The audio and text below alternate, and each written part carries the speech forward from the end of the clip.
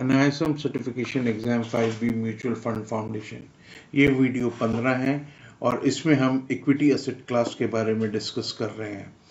Equity asset class एक asset class है, but इससे पहले हम ये समझना चाहेंगे कि इक्विटी क्या होती है, एसेट क्लास क्या होता है। ये तो हम आपको पुराने वीडियोस में I have explained it to you, but let us understand what equity is.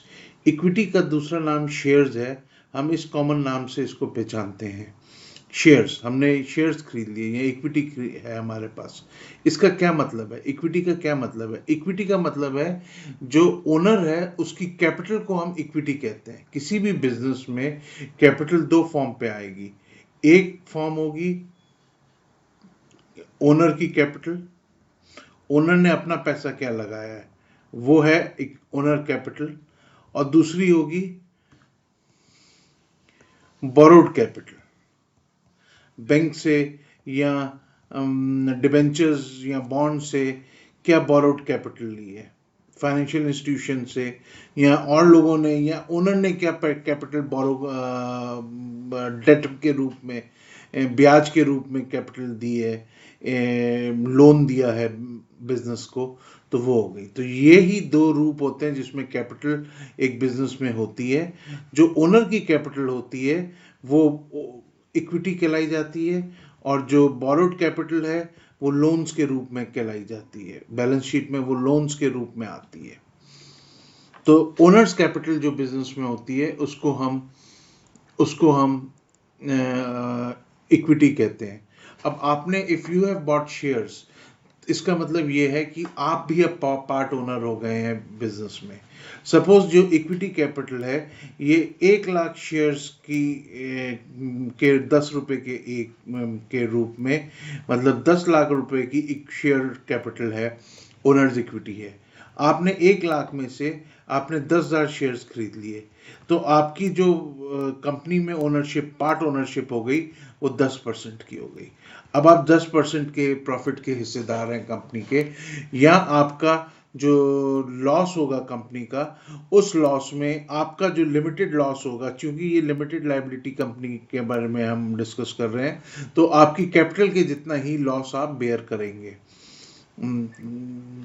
जो आपकी कैपिटल है, इसमें 10,000 रुपये कैपिटल है, तो आपका loss will be limited to 10,000 रुपये। मतलब आप अपनी कैपिटल पूरी लूज कर सकते हैं अगर कंपनी इंसॉल्वेंट हो जाती है, और कर्जदार जिन्होंने कैपिटल आपको दी है, बोरोड कैपिटल, उनको पैसे देने हैं, तो आपकी लायबिलिटी 10,000 है। ये एक लिमिटेड कंपनी के, प्राइवेट लिमिटेड या पब्लिक लिमिटेड कंपनी का क्राइटेरिया होता है। फिलहाल हम पार्ट ओनर की बात कर रहे थे। शेयर्स आपने होल्ड किए हैं तो आप पार्ट ओनर हैं। आपने 10,000 शेयर्स होल्ड किए हैं तो 10 रुपये के हिसाब से आप, सॉरी यहाँ पे हमने गलती की, अगर आपने 10,000 शेयर होल्ड किए हैं तो आप 10,000 इंटू 10, 1 लाख रुपया, 1 लाख रुपए का आपकी शेयर कैपिटल है जो आपके बोरोवर्स आपसे लेंगे, नॉट 10,000 रुपीज। ये 10,000 शेयर्स थे। तो ये एरर है, एराटा है, इसको आप प्लीज रेक्टिफाई कर दीजिए। अगर 10,000 शेयर्स हैं और 10 रुपए का एक शेयर है तो 1 लाख रुपए का आपकी लायबिलिटी है इस कंपनी में, और प्रॉफिट आपको 10% ऑफ द प्रॉफिट आपको मिलेगा, जो प्रॉफिट आफ्टर टैक्स जिसे कहते हैं, जो प्रॉफिट डिविडेंड के रूप में बांटा जाता है, वो 10% आपको मिलेगा। तो ये तो हो गया मतलब शेयर्स का। अब हम समझते हैं नेक्स्ट क्वेश्चन, नेक्स्ट पॉइंट जो है, ये जो कैपिटल है, शेयर कैपिटल जो है, इसको रिस्क कैपिटल भी कहते हैं। इसको रिस्क कैपिटल भी कहते हैं। इसको रिस्क कैपिटल क्यों कहते हैं? इसको रिस्क कैपिटल इसलिए कहते हैं क्योंकि ये पैसा जो है, एक सेकेंड, ये पैसा जो है, why it is called as risk capital, ये पैसा रिस्की है।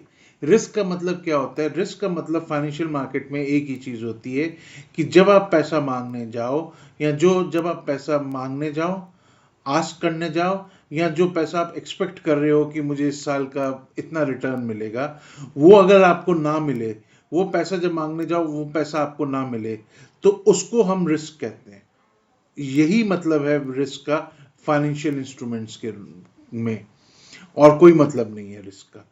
तो जब रिस्क कैपिटल कहते हैं तो ये कैपिटल रिस्की है, क्योंकि कहीं अगर कंपनी इंसॉल्वेंट हो गई तो आपका पैसा डूब गया, क्योंकि लेनदार को पैसा देना होगा जिन्होंने लोन दिया आपके बैंक को, आपके बिजनेस को, इसलिए ये रिस्क कैपिटल है। दूसरा रीजन रिस्क कैपिटल ये है कि बिजनेस फॉर्च्यून से रिलेटेड है आपकी अर्निंग्स। आपकी अर्निंग्स किस रूप में होंगी? आपकी अर्निंग्स डिविडेंड के रूप में होंगी।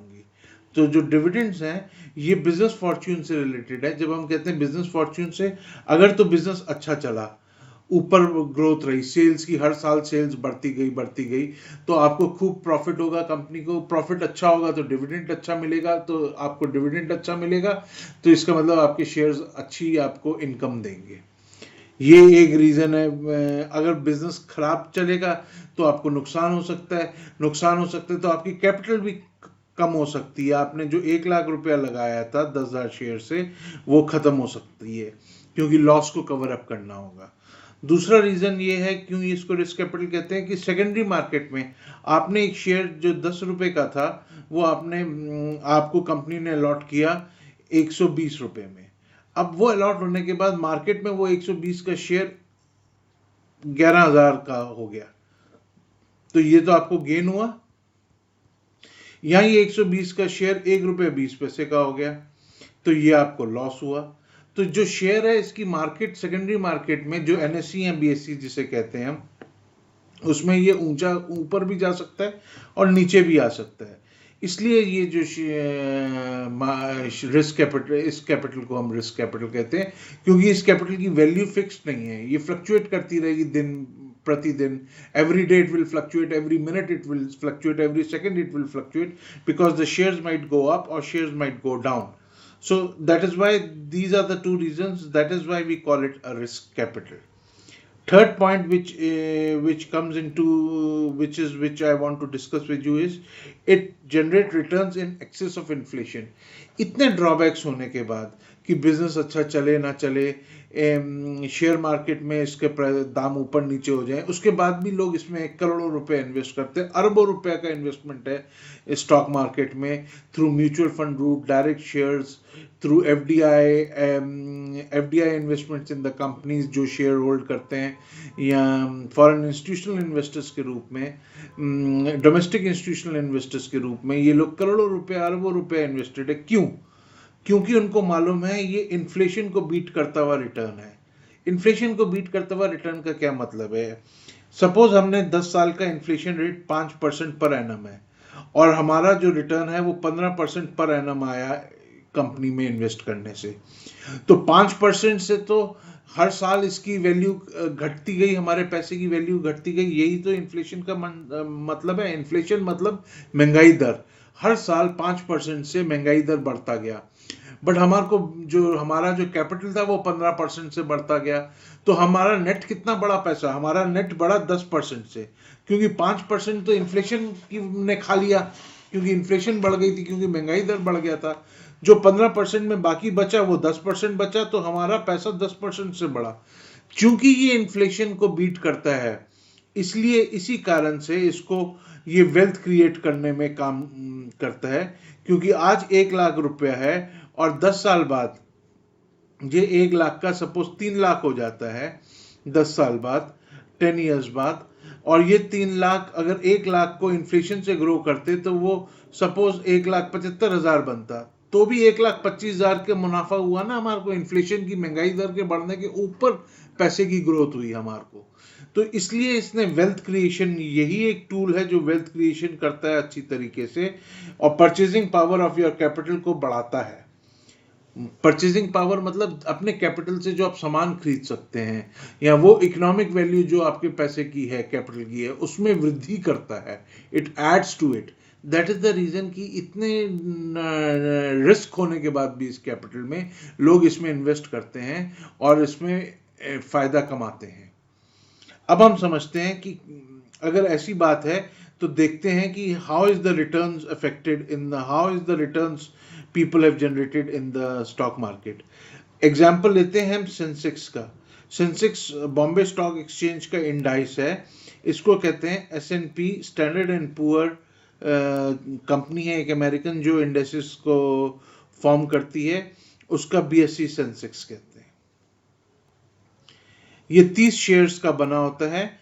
ये सेंसेक्स की वैल्यू 1979 में 100 रुपए की थी, आज 2023 में 69,296 की है। मतलब ये 44 इयर्स, लगभग 44 इयर्स में ये सेंसेक्स 692 टाइम्स एक्स ग्रो कर गया है। अब आप बताइए कि इतना ग्रोथ, 100 रुपए आज 70,000 रुपए के बराबर है जो आपने 79 में लगाए होते। तो ये जो ग्रोथ है, यही रीजन है कि मार्केट में इसकी इतनी वैल्यू है इस इन्वेस्टमेंट्स की। इसलिए इसको इक्विटी म्यूचुअल फंड्स के रूप में आप देखेंगे लोग खूब तरीके से इन्वेस्ट कर रहे हैं इसमें, एंड इक्विटी म्यूचुअल फंड्स महीने बाय महीने इसका इनफ्लो बढ़ रहा है। ये आईसीआईसीआई डायरेक्ट कॉम की साइट है, इसमें हमने इसका रिटर्न निकाला, CAGR कैलकुलेटर है ये। हमने देखा कि 69,296 इसकी आज की, कल की प्राइस थी, 100 रुपए इसका 1979 में प्राइस थी। 44 इयर्स में ये कितना बड़ा, ये 16% का रिटर्न इसने सालाना दिया है। मतलब हर साल 16% के रूप में ये बढ़ा है। अगर इन्फ्लेशन भी एवरेज हम इतने साल की 4% से 5% लेके चलें, तो भी हमारी जो महंगाई दर का 5% की कटाई थी रिटर्न में, वो काटने के बाद 10 से 11% ओवर एंड अबव वेल्थ की क्रिएशन हुई है। पैसा बढ़ा है, वेल्थ बनी है हमारी, पूंजी बढ़ी है। वेल्थ बनने का मतलब क्या है? पूंजी बढ़ी है।